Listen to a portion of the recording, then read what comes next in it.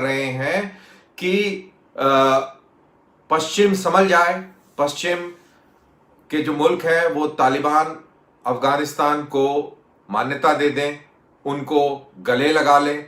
अगर ऐसा नहीं होगा तो फिर से 9/11 हो सकता है।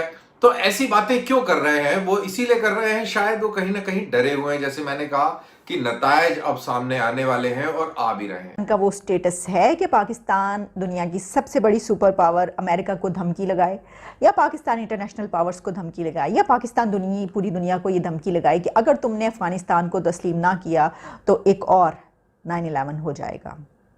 ये बात इसलिए की जा रही, इसका चर्चा इसलिए इतना ज़्यादा क्योंकि पाकिस्तान के national security adviser Moeed Yusuf ने एक इंटरव्यू दिया world acclaimed renowned journalist Christina Lamb को। और क्रिस्टीना लैम का ये कहना है कि उन्होंने इंटरव्यू देते हुए जो बातें कही हैं उसके दौरान उन्होंने ये भी कहा है कि risk a second 9/11 if you don't recognise Afghanistan. उन्होंने कहा कि वर्क विद तालिबान और repeat the horror of 1990s। नमस्कार दोस्तों, जीत हिंदुस्तान न्यूज में आपका स्वागत है। लेटेस्ट न्यूज के लिए चैनल को सब्सक्राइब और लाइक करें, और इस वीडियो के बारे में हम अंत में बात करते हैं। ये और मैं बात कर रहा हूं आज उस धमकी की जो पाकिस्तान के एनएसए ने दी।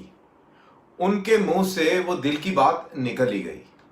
दरअसल वो घबराए हुए हैं, पाकिस्तान डरा हुआ है, क्योंकि जो काम पाकिस्तान ने कर दिया अब उस काम के नतीजे भी सामने आने लगे हैं। कल बाजोर डिस्ट्रिक्ट में अफगानिस्तान की तरफ से आतंकियों ने फायरिंग करी, जिसके अंदर पाकिस्तान के 2 सैनिक मारे गए। अभी तक तो पाकिस्तान ये कहता रहा कि इंडिया का हाथ है, इंडिया अफगानिस्तान के अंदर कॉन्सुलेट बना के बैठा है, इंडिया की एजेंसीज जो हैं ये काम करा रही हैं, रॉ ये काम कराता है पाकिस्तान के पख्तूनख्वा इलाके के अंदर, बलूचिस्तान के अंदर जो गड़बड़ी होती है उसके पीछे इंडिया का हाथ है।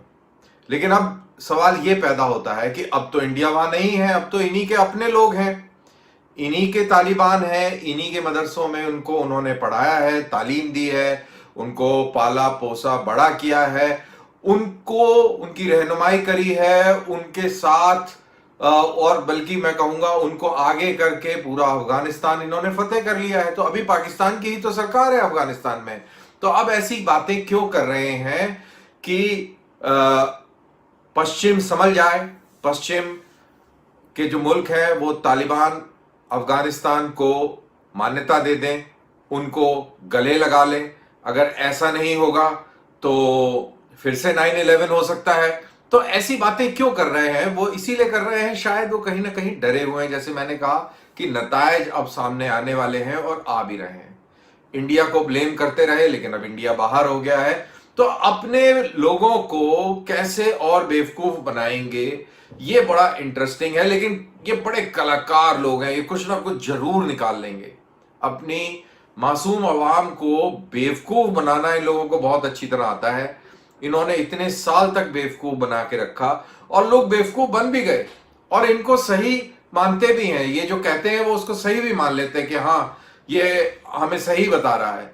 और गलती भी होती है, ये सबको मालूम है कि इनसे गलती हमेशा होती है और उसका खामियाजा इनको भुगतना पड़ता है। लेकिन फिर भी पता नहीं क्यों लोग इतने मासूम क्यों हैं, पाकिस्तानी इतने मासूम क्यों हैं कि इनकी बात को ही सुनते हैं और असली हकीकत पहचानने से इनकार कर देते हैं। शायद उसके पीछे वो विचार है, जो आइडिया है जिसको हम पाकिस्तान कहते हैं, और हम सबको मालूम है वो क्या आइडिया था, किस आइडिया के ऊपर वो बना है। तो ये बड़ी इंटरेस्टिंग चीज हुई। और मोइद यूसुफ जो एनएसए हैं उन्होंने फिर बाद में उस चीज का खंडन किया, बोला कि ये मेरे को मिसकोट किया गया है, मेरी बात को गलत तरीके से पेश किया गया है। और संडे टाइम्स जो पाकिस्तान का अखबार है उसको बोला है कि इस इंटरव्यू को डाउन करें, नीचे उतारें। बहरहाल अब चाहे डाउन करें चाहे अप करें, ये बात हो गई है और बात अब दूर तक जाएगी, इसमें कोई शक नहीं है।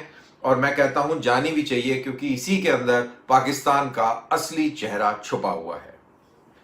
वहीं जैसे ही पाकिस्तान की सरकार बनी अफगानिस्तान में, यानी कि तालिबान की, तो ओसामा बिन लादेन के जो बॉडीगार्ड रहे डॉक्टर अमीन अल हक, वो पहुंच गए हैं नंगरहार पे। नंगरहार पे वो पहुंचे और उनका वीडियो काफी वायरल हो रहा है ट्विटर पे, सोशल मीडिया में। उसमें कुछ लोग दिखाए गए हैं जो उनके हाथ चूम रहे हैं। ये अफगानी रिवाज है कि हाथ पकड़ के वो चूमते हैं लोग और वेलकम करते हैं। तो श्रीमान वो इतने सालों के बाद कहीं छुपे रहे और अब वापस अफगानिस्तान पहुंच गए, नंगरहार पहुंच गए और वहां पर पहुंचते ही उन्होंने ये बयान दिया कि अलकायदा और तालिबान में बहुत अच्छे संबंध हैं और ये सब एक ही पेज के ऊपर है। तो ये तो रही कहानी तालिबान और अलकायदा की। और अमेरिका के लिए कितनी शर्म की बात है कि ओसामा बिन लादेन का बॉडीगार्ड सुरक्षित है और बड़ी भारी भरकम एसयूवी के अंदर वो नंगरहार में प्रवेश करता है और लोग उसका इस्तकबाल करते हैं, उसको वेलकम करते हैं। तो ये एक रियलिटी और है। और इसके अलावा एक और इंटरेस्टिंग चीज हुई है। क्या पाकिस्तान उस सतह पर आ चुका है? क्या पाकिस्तान का वो स्टेटस है कि पाकिस्तान दुनिया की सबसे बड़ी सुपर पावर अमेरिका को धमकी लगाए, या पाकिस्तान इंटरनेशनल पावर्स को धमकी लगाए, या पाकिस्तान पूरी दुनिया को ये धमकी लगाए कि अगर तुमने अफगानिस्तान को तस्लीम ना किया तो एक और 9/11 हो जाएगा? ये बात इसलिए की जा रही है, इसका चर्चा इसलिए इतना ज़्यादा क्योंकि पाकिस्तान के national security adviser Moeed Yusuf ने एक इंटरव्यू दिया world acclaimed renowned journalist Christina Lamb को। और क्रिस्टीना लैम का ये कहना है कि उन्होंने इंटरव्यू देते हुए जो बातें कही हैं उसके दौरान उन्होंने ये भी कहा है कि risk a second 9/11 if you don't recognise Afghanistan. उन्होंने कहा कि वर्क विद तालिबान और repeat the horror of 1990s। ये कहना है क्रिस्टीना लैम का, लेकिन इसको मोइद यूसुफ ने डिनाई किया है। मोइद यूसुफ का ये कहना है कि fabricated and total wrongly attributed. उन्होंने कहा गलत है। लेकिन इसके जवाब में क्रिस्टीना लैम ने फिर ट्वीट किया और उसमें उन्होंने कहा कि interview is recorded and nothing is misquoted. इसका मतलब यह है कि उनके पास वो इंटरव्यू रिकॉर्ड हो चुका है और सब कुछ मौजूद है। अब वो तो जब इंटरव्यू की टेप सामने आएगी, उसका पूरा टेक्स्ट सामने आएगा, तो तब हमें सही तौर पर पता चल सकेगा क्या हो रहा है। लेकिन सोचने की बात यह है कि इस वक्त दुनिया जो है वो जो ये सवाल कर रही है कि पाकिस्तान की तरफ से जो है ये कहा गया है, क्या वाकई उनकी तरफ से ये कहा गया? तो हम थोड़ा सा ज़रा इसकी डिटेल में अगर चले जाएं तो उन्होंने जो बातें की हैं वो मैं आपको कुछ बताई देती हूँ ताकि हम नतीजा निकाल सकेंगे उन्होंने क्या कहा। क्या वाकई पाकिस्तान ने दुनिया को धमकी लगाई है? ये उनका ही कहना था कि पाकिस्तान ने अब तक तालिबान को तस्लीम नहीं किया और जो इंटरनेशनल कम्युनिटी है वो सिक्योरिटी गैप को अगर चाहती है कि ये कम हो जाए या सिक्योरिटी गैप से बचना चाहती है, जो एक सिक्योरिटी का खला पैदा हो रहा है, तो उसके लिए ज़रूरी है कि तालिबान से रब्ता किया जाए। फिर उन्होंने कहा कि मुहाजिरीन रिफ्यूजीज़ के फैलाव की वजह से दहशतगर्दी भी फैलेगी। फिर उन्होंने कहा कि अफ़गानिस्तान को तन्हा छोड़ा तो एक और 9/11 हो सकता है। अच्छा, अब ये सिर्फ एक जगह पर नहीं, ये सिर्फ क्रिस्टीना लैम नहीं कह रही अपने ट्विटर पे या कहीं और, बल्कि मुख्तलिफ जगहों पर शाया हो रही हैं ये चीज़ें कि उन्होंने ये बातें की हैं। एक तो ये कि जो दुनिया को सबसे बड़ा जो इस वक्त शायद खदशा हो वो ये है कि दुनिया तो ये कह रही है पाकिस्तान को फ़ोन करके कि आपने अभी तालिबान को की हुकूमत को या रिकग्नाइज़ नहीं करना। तो पाकिस्तान ने फिर ये कहा कि हम पूरी दुनिया के साथ चलेंगे और जैसे दुनिया कहेगी हम भी। तो आखिर ऐसा है ही क्यों? दुनिया को ये क्यों कहना पड़ रहा है हमें कि आप रुक जाइए, अभी तस्लीम ना करें? और हमें इतनी जल्दी क्यों है तस्लीम करने में, जबकि हम तो ये कहते हैं कि हमने उनको सपोर्ट नहीं किया। और जब हम ये कह रहे हैं कि सपोर्ट नहीं किया तो फिर बाकी पूरी दुनिया से कहीं से भी ये आवाज़ क्यों नहीं उठ रही कि तालिबान की हुकूमत को तस्लीम किया जाए? सिर्फ पाकिस्तान की तरफ से ही क्यों? एक तो ये सवाल उठाया जा रहा है और उठाया जाएगा, और इस बिना पर ये जो हैं ये इल्ज़ामात अगर हैं और ऐसा नहीं कहा गया तो लगाए जा रहे हैं। और दूसरी एक और बात ये भी कि पाकिस्तान ये कह सकता है कि भाई हम ये इसलिए कह रहे हैं, हमें जल्दी इसलिए कि वहाँ से हमारी सरहद मिलती है और हमारी तरफ दहशतगर्दी आ सकती है, और जो टीटीपी हमें उससे ख़तरा है कि वो यहाँ पर जो है वो करेगी, दहशतगर्दी करेगी। तो हम ये चाहते हैं कि वहाँ पर हुकूमत जल्द से जल्द बन जाए। तो फिर आपको ये नैरेटिव भी अपनाना पड़ता है और फिर आपको ये तस्लीम करना पड़ता है कि हमने उनको सपोर्ट किया और उनकी हुकूमत बनवाने में हमें उनका साथ दिया। तो प्रॉब्लम ये है कि अगर आप एक स्टेप जो है वो उठाते हैं और उस पर हमारा कोई और नैरेटिव होता है, और फिर दूसरा स्टेप उठाते हैं उस पर हमारा इंटायरली उससे मुख्तलिफ हम एक बयानिया अपनाते हैं, तो फिर देखने की बात तो ये भी है कि देखिए जो दहशतगर्दी है वो हमने तो नहीं पैदा की। देखिए जो तालिबान है वो हमने तो नहीं बनाए ना, जो अफ़गान जिहाद है वो हमने तो नहीं लड़ा ना, और यहाँ पर जो है रशिया को तोड़ा वो पाकिस्तान ने तो नहीं किया ना, और फिर ये कि बिन लादेन भी यहाँ से नहीं मिला, और इसके अलावा यहाँ पे जो कहा जाता है कि सेफ़ हेवन्स हैं उसकी दहशतगर्दों को, वो भी नहीं है यहाँ पे। जो तालिबान है वो पैदा नहीं होते रहे, स्वात में जो कुछ जो है वो कुछ नहीं हुआ, यहाँ से भाग कर उधर नहीं जाते रहे अफ़गानिस्तान, और अफ़गानिस्तान से भाग कर इधर नहीं आते रहे, बल्कि जेलें तोड़ तोड़ के यहाँ से भाग कर नहीं जाते रहे। तो ये सब कुछ जब हुआ ही नहीं तो फिर हम कैसे कह सकते हैं ये बात कि एक और 9/11 होगा? नहीं, बिल्कुल नहीं। हम क्यों कहेंगे ये? क्या हमने वो पहले वाला जो 9/11 हुआ था क्या वो हमने करवाया था जो अब हम ये बात करेंगे? भाई वो जिन्होंने किया था आप उनसे पूछिए, उनसे कहिए, ठीक है, एक तो ये हो सकता है।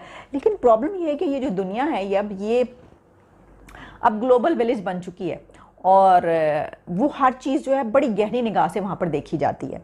एक तरफ तो ये मामला, अब दूसरी खबर पर जो है वो ज़रा आ जाते हैं, इससे पहले कि मैं इसकी मज़ीद तफसीलात पर भी हम गुफ्तगू करेंगे। इंडिया के जो डिफेंस मिनिस्टर हैं मिस्टर राजनाथ, उनकी तरफ से पाकिस्तान पर जो इल्ज़ाम लगाया गया था कि पाकिस्तान की तरफ से दहशतगर्दी होती है, भारत के ख़िलाफ़ दहशतगर्दी हुई है और होती है, तो उसके इल्ज़ामात को पाकिस्तान ने मुकम्मल तौर पर मुस्तरद कर दिया। और पाकिस्तान ने सिर्फ मुस्तरद ही नहीं किया बल्कि फॉरेन मिनिस्ट्री के जो स्पोक्स पर्सन हैं उनका ये कहना है कि नमस्कार दोस्तों, आज जो आपने वीडियो देखी उसके अंदर पाकिस्तान के जो NSA हैं मोई यूसुफ साहब, उन्होंने एक टीवी इंटरव्यू के दौरान कहा कि तालिबान को मान्यता देनी चाहिए विश्व को, और अगर उन्होंने मान्यता नहीं दी तो एक और 9/11 हो जाएगा। तो ये सीधी सीधी धमकी है पूरे विश्व को पाकिस्तान की तरफ से कि तालिबान को मान्यता दो, नहीं तो हम एक और 9/11 करेंगे। ये वही पाकिस्तान है जिसने सारे आतंकवादियों को पनाह दी और धीरे धीरे करके पूरे विश्व में आतंकवादियों को भेजा, जिससे कि वहाँ के माहौल को ख़राब किया। इसी तरह की वीडियो देखने के लिए हमारे चैनल को लाइक और सब्सक्राइब करें। धन्यवाद।